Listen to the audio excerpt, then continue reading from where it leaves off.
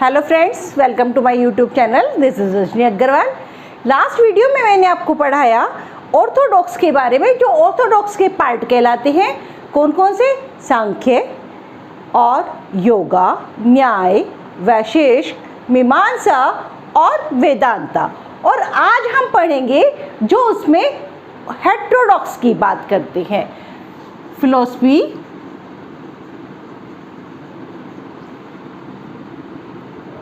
मैंने आपको बताया था 2 पार्ट्स में कन्वर्ट है। फर्स्ट था हमारा ऑर्थोडॉक्स और सेकंड था हमारा हेटेरोडॉक्स। ऑर्थोडॉक्स को हमने डिस्क्राइब कर लिया है। अब बात आती है हेटेरोडॉक्स की। हेटेरोडॉक्स यानी नास्तिक, जो don't believe in the authority of Vedas, जो वेदास में बिलीव नहीं रखते हैं, उनके बारे में आज हम बात करेंगे। वो कौन कौन से हैं? चार्वाक, बुद्धिज्म और जैनिज्म।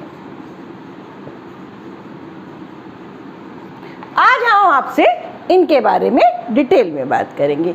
ये सारे पॉइंट जो भी मैं आपको बताऊंगी, ये सारे की पॉइंट आपको, चाहे आपका बीटीसी का एग्जाम हो, बीएड हो, एनटीटी हो, बीएलएड हो या एमएड हो, एमए एजुकेशन हो या कोई भी कॉम्पिटिटिव एग्जाम हो, यहाँ तक कि नेट का एग्जाम भी हो, आपको ये सारे की पॉइंट उस एग्जाम में आपको हेल्प करेंगे।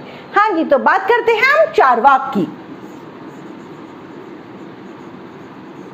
चार्वाक, आज हम इसको कंसीडर करेंगे। चार्वाक क्या कहता है? चार्वाक कहता है कि मैंने अभी आपको बताया था, इसको हम कहते हैं नास्तिक। तो ये डोंट बिलीव इन द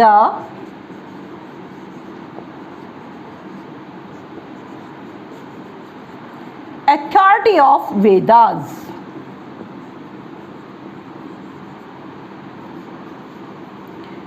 ये अथॉरिटी में, वेदास की अथॉरिटी में बिलीव नहीं करते हैं। इतना क्लियर है? इसके फाउंडर कौन है? इसके फाउंडर है आपके बृहस्पति।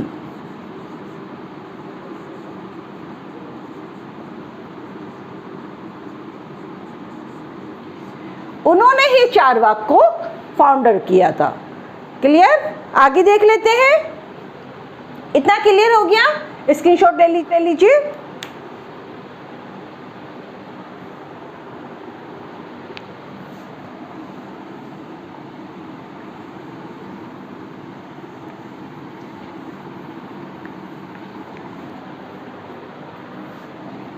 चार्वाक, चार्वाक किस किस को कंसीडर कर रहे हैं? अभी तक मैंने आपको बताया था भगवान जिन्होंने हमें बनाया, किस किस चीज से बनाया, कौन कौन से एलिमेंट्स उसमें इंक्लूड किए, उन एलिमेंट को इंक्लूड करा था। कौन कौन से? भूमि, गगन, वायु, आकाश और पृथ्वी। यानी भा से भूमि, गा से गगन, वा से वायु, आ से अग्नि और ना से नीर। इन सब से मिलकर ही हमारा शरीर बनता है। क्लियर? लेकिन इन्होंने क्या कहा? इन्होंने कंसीडर किस किस को किया और कंसीडर किसको नहीं किया, उसके बारे में बात करनी है हमें। कंसीडर इन्होंने ईथर, सिर्फ स्काई को कंसीडर नहीं किया। और इन्होंने कंसीडर किस किस को किया? भा से भूमि यानी अर्थ। उसके बाद कंसीडर इन्होंने किसको किया? एयर यानी हवा।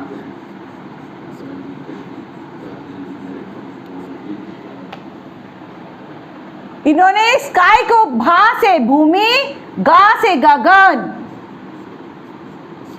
जिन्होंने इन्हें कंसीडर नहीं किया। और वैसे वायु यानी हवा।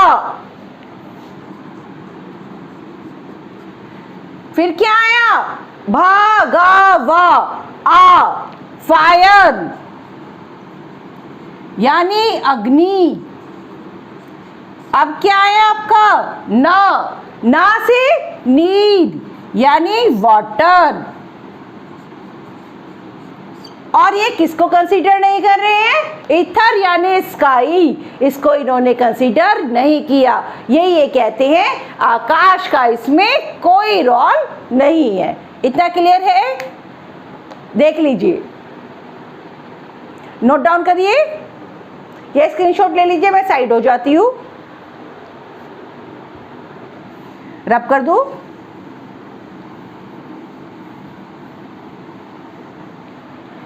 अब हम बात करेंगे चार्वाक की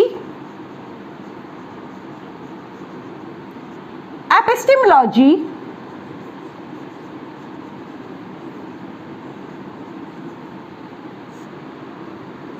मेटाफिजिक्स और एक्सियोलॉजी, इनके बारे में बताइए कि हमें रियलिटी किससे मिलती है, हमें नॉलेज किससे मिलती है और हमें वैल्यूज कौन सी मिलती है। इसके बारे में आपको मुझे बताना है, जल्दी जल्दी से बताइए। हाँ जी, तो बात करें एपिस्टेमोलॉजी, मेटाफिजिक्स, एक्सियोलॉजी। एपिस्टेमोलॉजी क्या कहती है? Valid knowledge. और वैलिड नॉलेज क्या है? कि हमें सब चीजें कहाँ से मिलकर बनी है, जो हमें नॉलेज के द्वारा मिलती है। और नॉलेज क्या कहती है? कि एलिमेंट से हमारा शरीर मिलकर बना है। मेटाफिजिक्स यानी रियलिटी, यानी बियॉन्ड द नॉलेज। अब ये क्या कहती है? कि मैटर इज ऑल, जो कुछ है वो ये संसार ही है, तत्वों से मिलकर बनने वाला मैटर ही है। अब आती है बात आपकी एक्सियोलॉजी। ये एक्सियोलॉजी कहती है, यानी जो हमें एथिक्स, हमें ज्ञान देती है, वो क्या है? Don't believe in the theory of Karma. ये कर्मा में कोई बिलीव नहीं करते, ये कहते हैं जो है वो यही है, क्योंकि ये कर्मों में बिलीव नहीं करते। ये कहते हैं reject the notion of rebirth after death. जो मृत्यु है यह दोबारा जन्म है, जन्म के बाद दोबारा जन्म, जो साइकिल चलती रहती है, एक प्रोसेस है कि हम जन्म लेते हैं, फिर मृत्यु को प्राप्त करते हैं, फिर दोबारा जन्म लेते हैं। ये उस तरह के कर्मों में बिलीव नहीं करते। ये कहते हैं ना कोई संचित कर्म है, ना कोई संचित मान कर्म है। क्लियर? इतना हो गया? क्लियर है? ये है आपका चार्वाक, जिसके बारे में कभी कभी हल्का फुल्का पूछ लिया जाता है। इसके फाउंडर कौन है? बृहस्पति। ये आ जाता है कई बार। ओके, नेक्स्ट चले, स्क्रीनशॉट ले लीजिए, फिर मैं रब कर देती हूँ।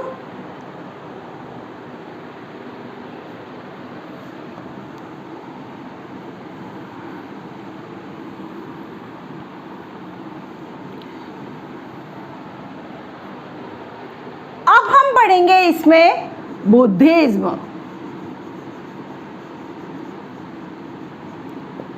अब बुद्धिज्म क्या कहता है उसके बारे में हमें बताइए। बुद्धिज्म के बारे में तो आप जानते ही हैं, ये भी एक हेटेरोडॉक्स का पार्ट है। हेटेरोडॉक्स, नास्तिक, ये भी डोंट बिलीव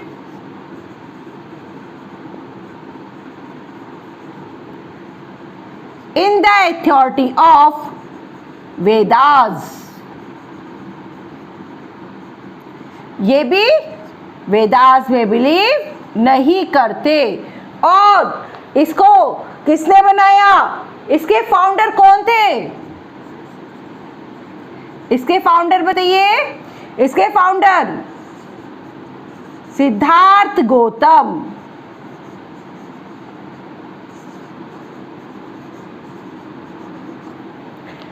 इसमें कौन सा संस्कार स्टार्टिंग के टाइम कराया जाता था? पाबज्जा।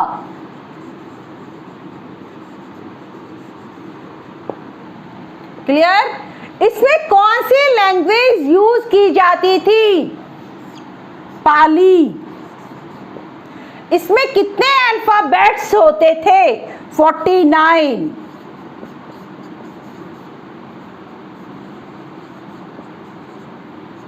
क्लियर? ये कितनी एज में कराया जाता था?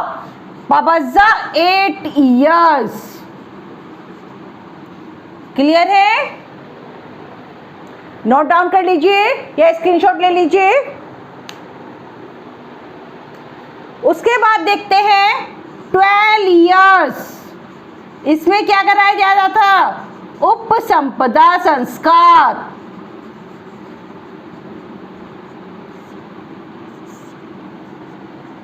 हाँ जी, एक बार रिपीट कर लीजिए क्योंकि मेन पॉइंट है। ये हेटेरोडॉक्स का ही एक पार्ट है बुद्धिज्म, जिसको हम नास्तिक के नाम से जानते हैं। Don't believe in the authority of Vedas, ये वेदों में बिलीव नहीं करते हैं। इसके फाउंडर हैं सिद्धार्थ गौतम। और ये जब हम बच्चा एडमिशन लेने के लिए जाता है तो उसे 8 साल की एज में पवज्जा संस्कार कराया जाता है। उसके बाद आफ्टर 12 इयर्स उपसंपदा संस्कार कराया जाता है। इसमें कौन सी लैंग्वेज का यूजेस होता है? पाली। उस पाली में 49 अल्फाबेट्स होते हैं। और इसका मेन एम क्या है? मेन एम है आपका निर्वाण, लाइब्रेशन।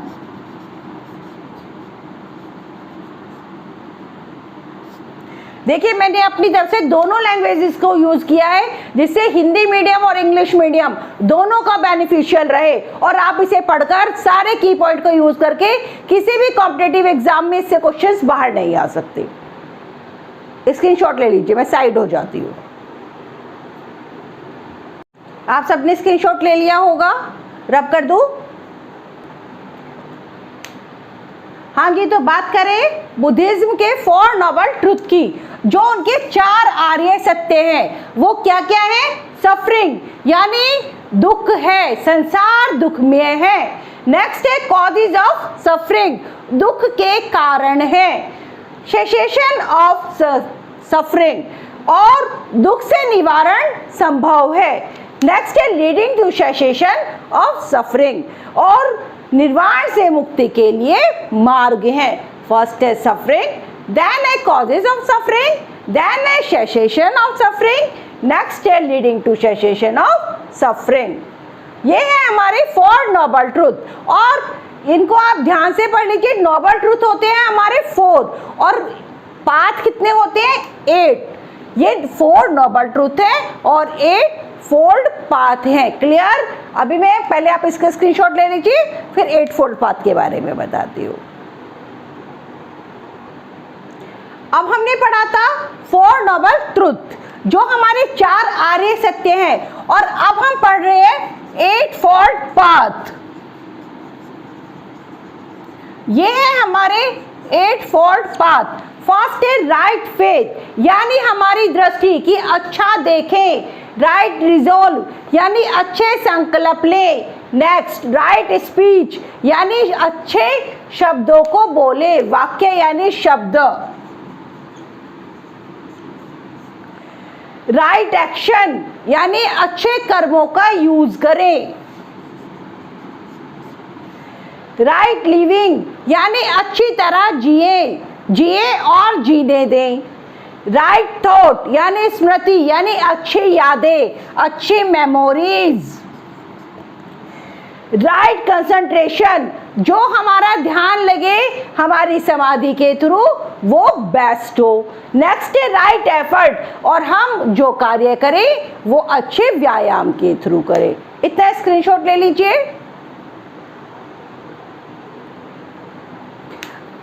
अब हमने पढ़ा 4 नोबल ट्रुथ, 8 फोल्ड पाथ, और अब हम पढ़ते हैं उसकी मेटाफिजिक्स, इसकी एपिस्टेमोलॉजी और इसकी एक्सियोलॉजी, जो हमें बुद्धिज्म के ज्ञान कराता है।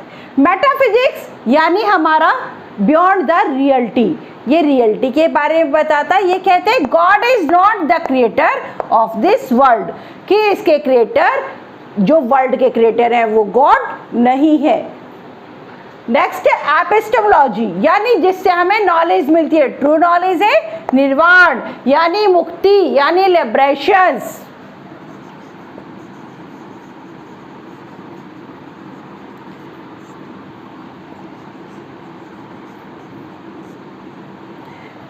फिर है आपकी 8 फोल्ड पाथ, जो मैंने आपको अभी बताए थे। सम्यक दृष्टि, सम्यक संकल्प, ये सब चीजें, वो सब चीजें इसमें आ जाएंगी। एक्सियोलॉजी, यानी जो हमें वैल्यूज मिलती है कि हमें सच बोलना है, ट्रुथ, सच बोलना है, नॉन वायलेंस, अहिंसा का कार्य करना है, चैरिटी, आगे बढ़ना है और गुड कंडक्ट, अच्छा चरित्र बनाना है। इतना स्क्रीनशॉट ले लीजिए। अब है इसके त्रिपिटक और त्रिरत्ना। त्रिपिटक में आते हैं सुत, विनय, अभिधम। यानी सुत का मीन है प्रीचिंग, यानी जो हमें उपदेश के द्वारा सिखाया जाता है। विनय बिहेवियर, यानी जो हमें व्यवहार के द्वारा सिखाया जाता है। अभिधम यानी थ्योरीज, जिसमें जब हम कोई फैक्ट से, रियलिटी, तथ्य से जुड़ते हैं। ये तो है आपके त्रिपिटक, सुत, विनय और अभिधम। क्लियर? अब आगे देखते हैं त्रिरत्ना। त्रिरत्ना कौन कौन से हैं हमारे? शिला, समाधि और प्रज्ञा। शिला, समाधि, प्रज्ञा। शिला यानी हम जो कार्य करके सीखते हैं, यानी हमारी एक्टिविटी। समाधि यानी कंसंट्रेशंस, यानी हमारा ध्यान।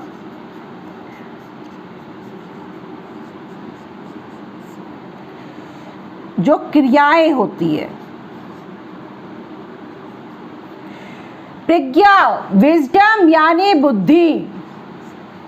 ये इन सब के बारे में हमें अवगत कराते हैं। ये है त्रिपिटक और ये है आपके त्रिरत्ना। क्लियर? स्क्रीनशॉट ले लीजिए। अब हम पढ़ेंगे बुद्धिज्म के एम ऑफ एजुकेशन। ये हमें पढ़ाने के उद्देश्य क्या बताते हैं? फिजिकली, स्पिरिचुअल, सोशल, इंटेलेक्चुअल और इंडिविजुअल अटेन निर्वाणा। फिजिकल यानी हमें शारीरिक उद्देश्य के बारे में बताते हैं कि हम फिजिकली एम ऑफ एजुकेशन क्या है, स्पिरिचुअली यानी आध्यात्मिक एम ऑफ एजुकेशन क्या है, सोशल शारीरिक एम जो हमारा सामाजिक एम ऑफ एजुकेशन क्या है, इंटेलेक्चुअल जो हमारी विजडम हमारी बुद्धि के द्वारा एम ऑफ एजुकेशन क्या है, और ये इंडिविजुअल अटेन है निर्वाणा यानी लाइब्रेशंस यानी मुक्ति यानी निर्वाण का मार्ग। अब है आपका करिकुलम। उसका पाठ्यक्रम क्या है? पाठ्यक्रम में आपका पाली लैंग्वेज, देन रीडिंग, राइटिंग और अर्थमेटिक, 3Rs। क्लियर? स्क्रीनशॉट ले लीजिए। बुद्धिज्म में हमें 3 ओथ दिलाई जाती हैं। वो 3 ओथ कौन सी है? यानी शपथ। बुद्धम ये हिंदी में भी ऐसे ही लिखा जाएगा और अगर आप चाहें तो एग्जाम में भी ऐसे इंग्लिश वर्जन हो जब भी लिख के आ सकते हैं। अदरवाइज जैसे अपने नाम को वैसे ही कैपिटल करके करते हैं वैसे इसे रोमन में कन्वर्ट करके कर सकते हैं। बुद्धम शरणम गच्छामि, धम्मम शरणम गच्छामि, संघम शरणम गच्छामि। ये उन्हें 3 उसमें शपथ दिलाई जाती थी बुद्धिज्म में। क्लियर? नेक्स्ट है हमारा मेथड्स ऑफ टीचिंग कि हमारे पढ़ाने का तरीका क्या था, किस तरीके से पढ़ाया जाता था। तो ऑरल यानी मौखिक, उस टाइम तक लिखित प्रथा का प्रचलन नहीं था। नेक्स्ट डिस्कशन, आपस में वाद संवाद करके ही पढ़ाया जाता था। क्वेश्चन आंसर, एक दूसरे से क्वेश्चन पूछकर और उसके आंसर पाकर ही पढ़ाया जाता था। प्रीचिंग यानी उपदेश, उपदेश के द्वारा ही मेथड्स ऑफ टीचिंग का यूज किया जाता था। स्क्रीनशॉट ले लीजिए सभी। बुद्धिज्म के जो लास्ट स्लाइड पे आपने सब कुछ नोट डाउन कर ही लिया होगा। अब देखिए डिसिप्लिन कि वहां पर डिसिप्लिन कैसा होता था। अनुशासन, अनुशासन होता था हमारा स्ट्रिक्ट, क्योंकि हमें किसी तरीके की भी एक्स्ट्रा वर्क करने की इजाज़त नहीं थी। आपको पनिशमेंट से दूर तो रखा जाता था लेकिन संग में रहने की इजाज़त नहीं मिलती थी। फिर आपका सेल्फ डिसिप्लिन, आत्म अनुशासन में ही रहना होता था। रोल ऑफ टीचर कैसा होता था? To help the students attain nirvana, क्योंकि वो बच्चे को क्या करते थे? निर्वाण के लिए यानी मुक्ति के लिए तैयार करते थे, उसमें हेल्प करते थे। अब रोल ऑफ स्टूडेंट कैसे होता था? To lead a simple life, कि सादा जीवन उच्च विचार, उन्हें पीले वस्त्र धारण करके ही जाना होता था। स्कूल कैसे होते थे? वहाँ पे उन्हें संघ और विहारों के नाम से जाना जाता था। क्लियर? आज हमने पढ़ा चारवाक और पढ़ा बुद्धिज्म और इसके बाद हम पढ़ेंगे जैनिज्म। ये जितने भी की पॉइंट्स मैंने आपको बताए हैं आपके हर एग्जाम में आपको हेल्प करेंगे। और ये आपको वीडियो टाइम टू टाइम मिलते रहे, इसके लिए बेल आइकन को प्रेस करना बिल्कुल ना भूलें।